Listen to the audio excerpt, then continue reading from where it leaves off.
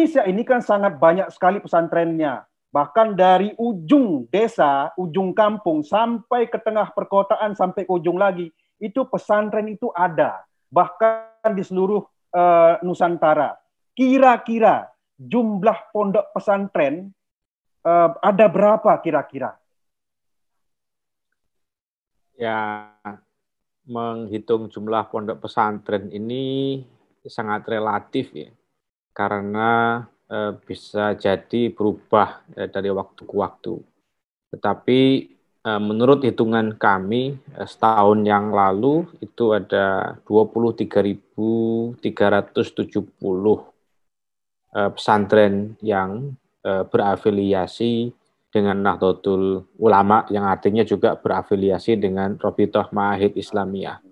Ini jumlah itu adalah jumlah yang sangat besar, yang sangat fantastis, mengingat menurut data Kemenak itu jumlah pesantren kita di bawah 29.000, 28.000 sekian begitu.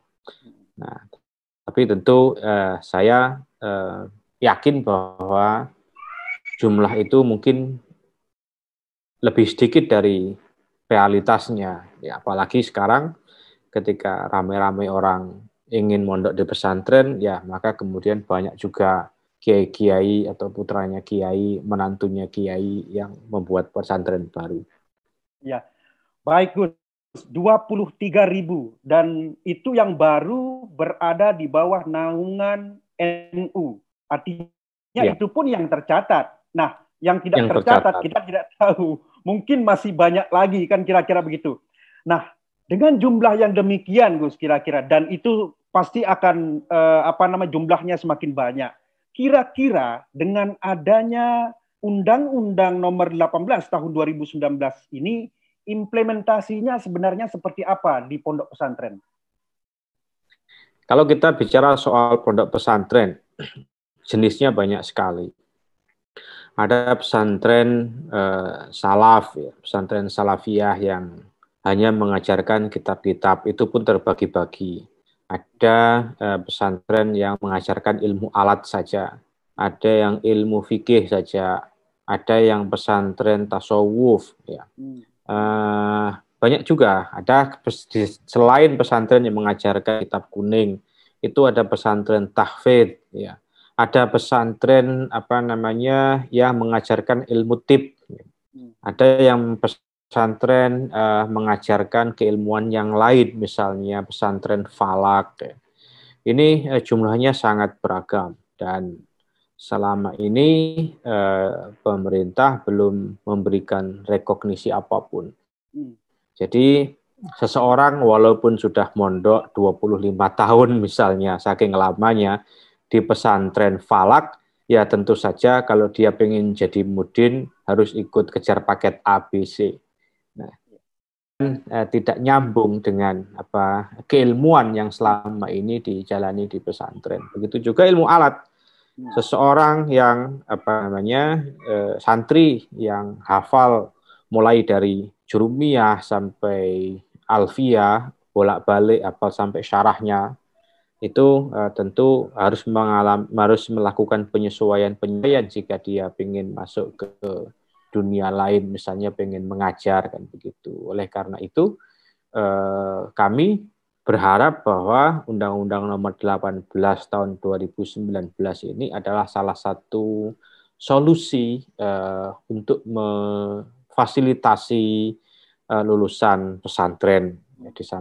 Artinya lulusan pesantren dari segala ragamnya itu kemudian diakui oleh pemerintah, dianggap setara dengan pendidikan yang selama ini dilakukan oleh pemerintah secara formal. Salah satunya itu.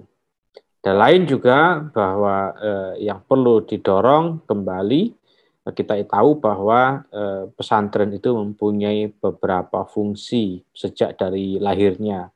Jadi walaupun belakangan, 20 tahun belakangan ini kita lebih mengenal pesantren dari fungsi pendidikannya. Tetapi di luar fungsi pendidikan, pesantren juga mempunyai fungsi dakwah.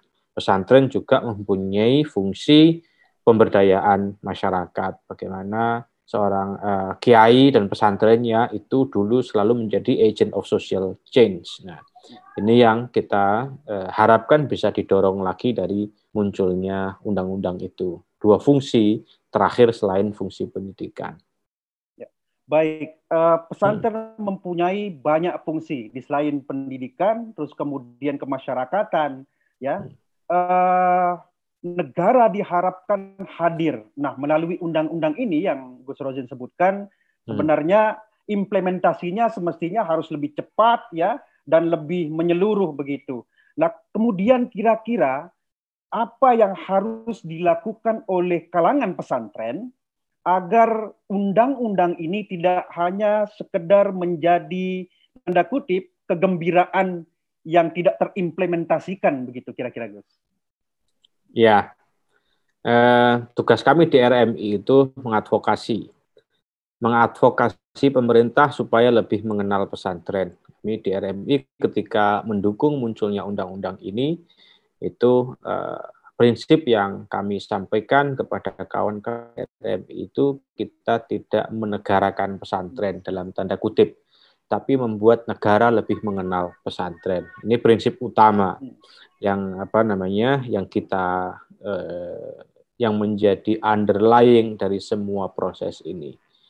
Terus yang namanya mengadvokasi itu artinya tidak hanya mendekatkan, membuat negara mengenal pesantren, tetapi juga pesantren supaya lebih siap di dalam konteks bekerja sama dengan elemen atau entitas lain di luar pesantren, termasuk dalam hal ini negara.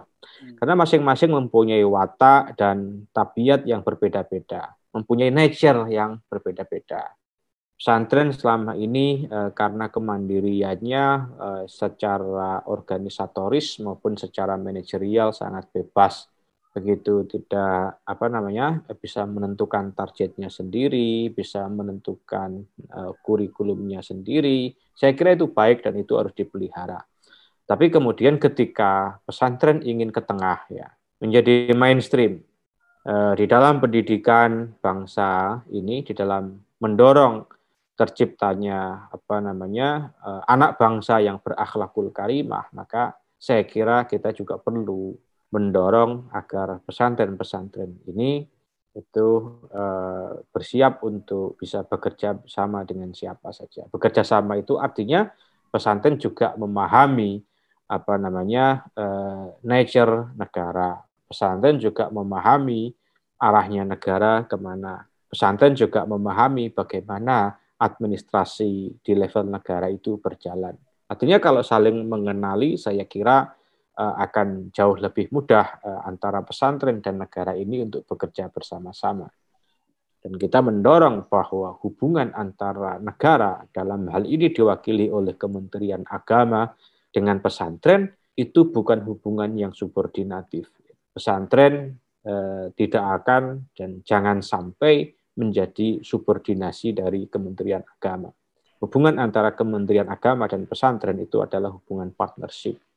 Dan kalau hubungan partnership itu berarti menjunjung tinggi, saling menghormati, dan saling bekerja sama, saling menguntungkan, masing-masing mendapatkan manfaatnya sendiri-sendiri. Saya kira itu. Artinya kita mendorong pesantren agar dari sisi kelembagaan misalnya, sebuah entitas, lembaga, atau perseorangan bahkan di negeri ini itu diakui dan diakui haknya untuk melakukan perbuatan hukum apapun jika dia berbadan hukum gitu.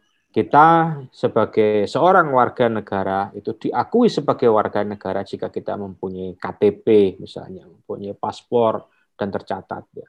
Begitu juga saya kira sebuah entitas organisasi diakui oleh negara jika dia mempunyai badan hukum. Artinya apapun yang dilakukan oleh sebuah pesantren yang berbadan hukum itu legal, dilindungi hak-haknya oleh negara.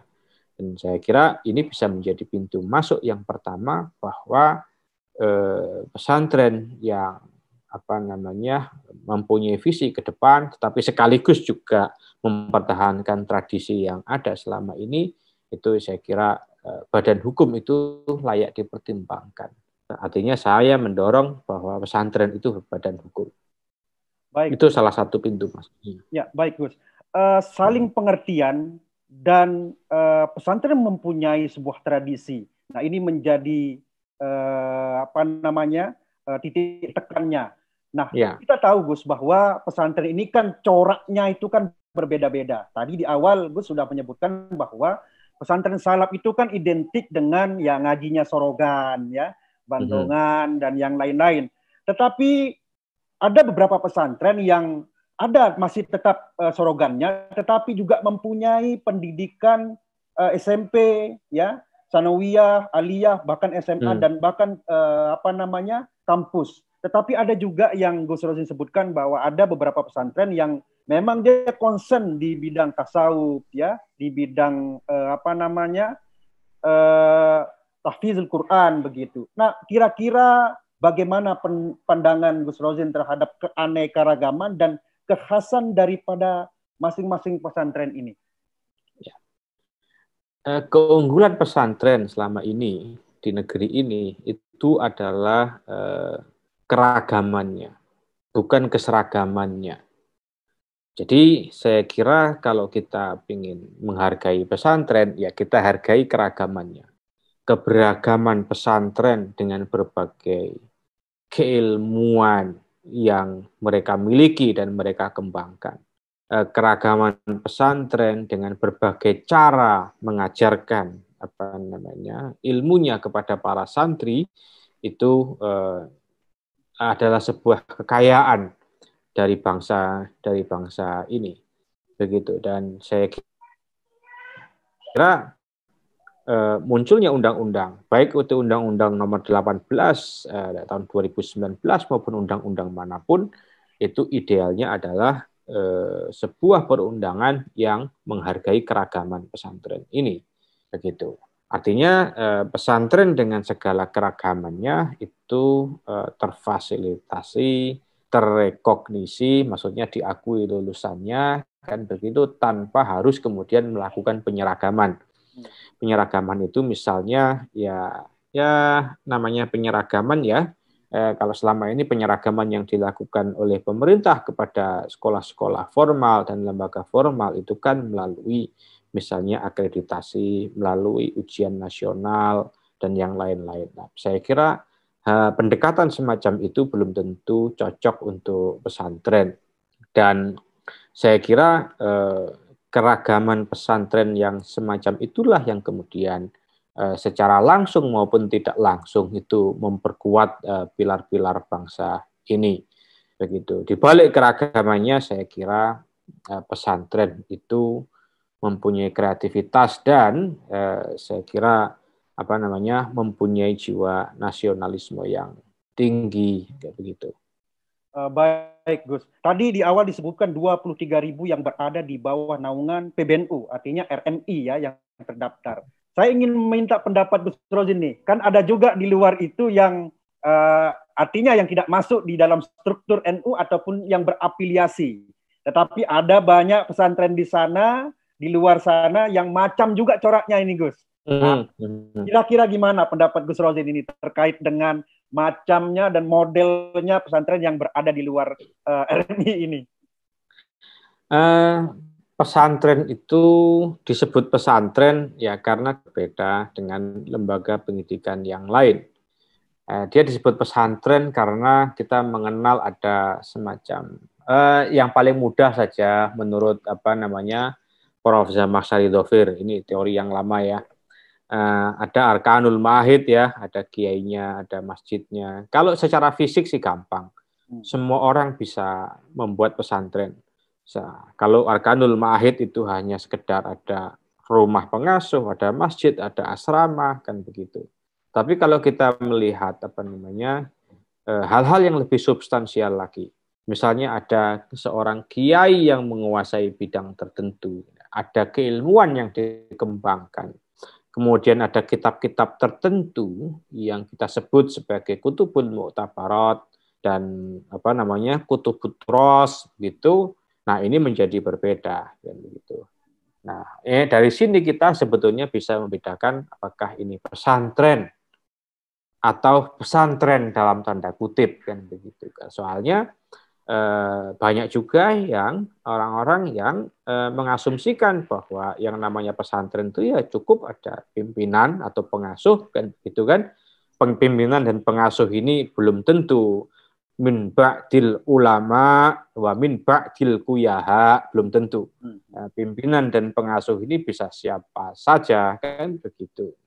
Asal ada pimpinan atau pengasuhnya, asal ada tempat sholatnya, asal ada asramanya, kemudian apa namanya bisa disebut pesantren. Ya, mungkin secara kelembagaan bisa, tetapi substansi dari pesantren sendiri adalah apa namanya itu tadi yang saya sebutkan, ada kiai yang menguasai keilmuan tertentu, ada kajian tertentu. Artinya bahwa pesantren di sini itu adalah sebuah sistem pendidikan, bukan lembaga pendidikan saja.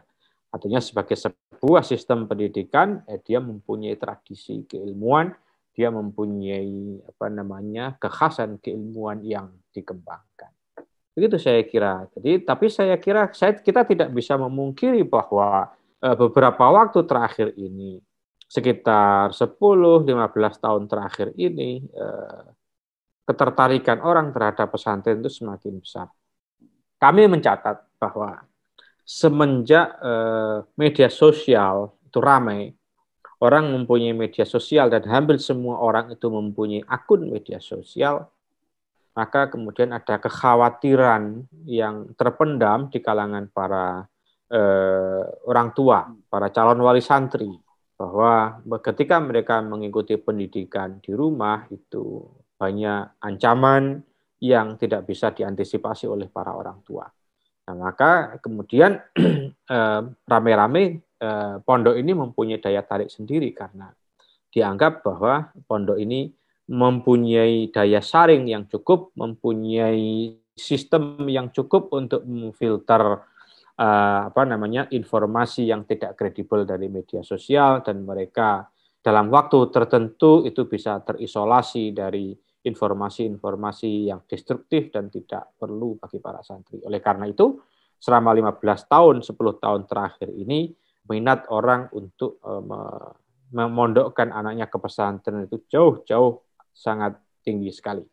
Kita sekarang itu gampang sekali menemukan pesantren dengan jumlah santri di atas 20.000 orang dalam satu kompleks, ya. 25.000 orang dalam satu kompleks, bahkan sampai 27.000 orang, 27.000 santri dalam satu kompleks pesantren. Nah, ketertarikan ini tentu kemudian juga mengundang banyak pihak untuk membuat lembaga yang disebut pesantren ini dengan berbagai macamnya. Ada yang apa namanya yang diperkuat kelembagaannya saja, ada yang diperkuat teknologinya saja, kan begitu. Tetapi saya kira kita perlu secara jernih dan jeli melihat pesantren yang substantif dan pesantren yang apa namanya yang tanda kutip itu tadi. Baik, di era keterbukaan ini, Gus, jadi kalau kita ingin memondokkan anak kita kan tinggal searching kan, klik, sudah akan langsung keluar berbagai macam model pondok pesantren. Dan harus diingat juga tidak semua mungkin orang tua, orang atau wali murid tahu ciri khas dari pondok pesantren itu seperti apa. Nah, bagaimana kemudian agar para orang tua ini tidak salah memondokkan anaknya?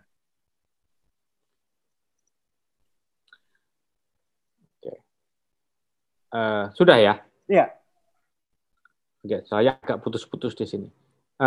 Agar tidak salah memondokkan anaknya, ya, begitu ya? Ya, karena banyak sekali kan modelnya. Ya, monggo silakan. Yang pertama, pesan bagi para calon wali santri, terutama calon wali santri kelas menengah ya, ke atas. Kita katanya kan sekarang lagi booming kelas menengah. Para nahdiyin juga, para santri dulunya juga banyak yang masuk kategori kelas menengah, dan oleh karena itu kemudian mencari pesantren bentuk lain juga banyak. Ini intermezzo. Pesan yang pertama adalah pesantren itu selalu mengajarkan kebijaksanaan. Pesantren mengajarkan hikmah, tidak hanya sekedar ilmu. Pesantren mencontohkan akhlakul karimah. Dan itu biasanya dicapai oleh pesantren dengan cara mengajarkan sekaligus mempraktekkan hidup sederhana. Itulah kenapa kemudian banyak pesantren-pesantren kita yang asli itu selalu mengajarkan dan melaksanakan kesederhanaan. Begitu. Oleh karena itu saya kira bagi para wali santri penting untuk tidak terpukau melihat atau menilai sebuah pesantren itu secara fisik. Walaupun ya pesantren-pesantren yang asli, pesantren kita sendiri itu juga banyak yang secara fisik membaik ya. Tetapi fokusnya tidak pada fisik saja. Karakter itu menjadi sesuatu yang diutamakan, jauh di atas fasilitas fisik ya. Oleh karena itu yang pertama adalah jauhkan. Kita harus ketika kita memilihkan pesantren untuk anak-anak kita harus mampu melihat apa yang diajarkan oleh pesantren itu melebihi apa yang ditawarkan oleh itu secara fisik. Jangan terpukau misalnya kemudian ada sebuah pesantren dengan pembatasan satu kamar hanya 4 orang misalnya. Bahkan kamarnya ber-AC misalnya. Ada kolam renangnya misalnya. Nah, jangan terpukau dengan itu. Kita harus mendorong, kita harus melihat lebih jauh lagi dari apa yang ditawarkan secara fisik yang terkadang memang banyak dari kita yang istilahnya fisik itu menjadi tolok ukur yang pertama. Baik, Gus. Tidak salah hanya menilai dari segi fisik. Tetapi kita juga tahu bahwa banyak sekali pesantren yang mengatakan pesantren salaf. Tetapi ketika masuk di dalamnya itu pesantren salafi. Nah, ciri-cirinya ini bagaimana agar kita ini tidak terjebak di situ, Gus? Ya, saya kira wali santri berhak untuk melihat ke dalam. Artinya tidak hanya melihat dari brosur, tidak hanya melihat dari situs internetnya, dari websitenya, tidak melihat, tetapi juga ada 2 hal lain yang bisa dilakukan. Satu, mencari informasi yang kredibel mengenai pesantren itu. Terutama jika pesantren yang dituju, yang ingin dicari, yang ingin didalami informasinya adalah pesantren baru. Pesantren baru ini adalah bukan pesantren yang yang sudah dikenal lama ataupun cabang dari pesantren yang sudah dikenal lama, tetapi memang betul-betul pesantren baru. Maka untuk pesantren-pesantren jenis baru ini saya kira perlu dicari lebih dalam lagi informasinya dari pihak ketiga. Jangan hanya melihat dari informasi yang disampaikan atau dicari melalui internet. Yang kedua, bolehlah kita masuk ke dalam melakukan wawancara. Kalau bukan wawancara, bertanyalah kira-kira secara bertanya soal hal-hal sederhana yang bisa kita jadikan sebagai tolok ukur apakah pesantren ini salafi atau tidak, pesantren ini mempunyai jiwa nasionalisme atau tidak. Gampang. Ya, kitab-kitab apa saja yang diajarkan di situ. Riyadhus Shalihin diajarkan apa tidak, kan begitu kan? Kitab-kitab fikih diajarkan apa tidak? Kitab tasawuf diajarkan atau tidak? Apakah ada pembacaan Barzanji setiap malam Jumat, burdah, kan begitu? Apakah sekolahnya juga mengenal upacara bendera misalnya, tahlil misalnya? Itu adalah hal-hal kecil, praktek-praktek kecil yang kita bisa jadikan sebagai cerminan apakah pesantren ini pesantren yang ahlu sunnah wal jamaah an-nahdiyah atau tidak. Itu contoh-contoh saja. Banyak yang masih bisa didalami dari situ. Tapi yang jelas jangan melihat ketika di website atau di medsos baik, ya, ini demi pendidikan anak-anak kita kan tidak ingin anak-anak kita kemudian tiba-tiba anti hormat bendera, kemudian tiba-tiba mendirikan khilafah misalnya kan. Nah, maka ini harus dari awal para wali santri harus melakukan seleksi, melakukan pendalaman informasi terhadap pesantren-pesantren yang ingin ditempati oleh anaknya. Baik, Gus. Tadi beberapa kali Gus Rozin sepertinya menekankan pentingnya nasionalisme di kalangan pesantren. Tapi kan kita juga tahu, Gus, bahwa ada beberapa pesantren juga yang seperti Gus bilang bahwa tidak ada hormat bendera dan yang lain-lain. Bahkan di Bogor, pondok pesantren yang namanya Ibnu Mas'ud itu kan alumninya sampai ke Suriah sana. Jadi berjuang katanya itu memperjuangkan Islam. Nah, terus kemudian bagaimana seharusnya ya negara, terus ormas NU dan Muhammadiyah bergerak atau menyikapi fenomena-fenomena seperti ini, Gus? Saya kira negara harus melakukan beberapa hal, melakukan beberapa strategi secara simultan, secara bersamaan, berbarengan. Tidak melakukan berbagai strategi secara bergiliran. Misalnya dulu pernah muncul undang-undang yang melarang ormas tertentu yang anti nasionalisme. Nah, saya kira itu tidak bisa berhenti sampai di situ. Ketika undang-undangnya ada tapi penegakannya tidak ada, ya percuma. Kan begitu. Nah, harus ada penegakannya. Bagaimana dengan orang-orang yang melanggar undang-undang tersebut? Kan begitu. Harus ada aturan teknisnya, harus ada tindak lanjutnya. Itu yang pertama. Artinya pendekatan yang kuat, ya kan, melalui perundangan dan implementasinya itu harus jalan. Yang kedua, pendekatan yang lebih soft, ya, yaitu memperbaiki sistem pendidikan kita. Salah satu contoh kecil misalnya saja, Kementerian Agama itu memiliki kalau tidak salah sekitar di atas 500 lah diklat. Kalau kemudian ini saja aset dan potensi ini saja kita manfaatkan diklat-diklat ini untuk melakukan semacam briefing dan semacam pendidikan untuk para guru madrasah ibtidaiyah misalnya, atau guru madrasah diniyah misalnya. Ini sudah cukup untuk menjadi saringan awal terhadap munculnya aliran-aliran yang tidak jelas itu.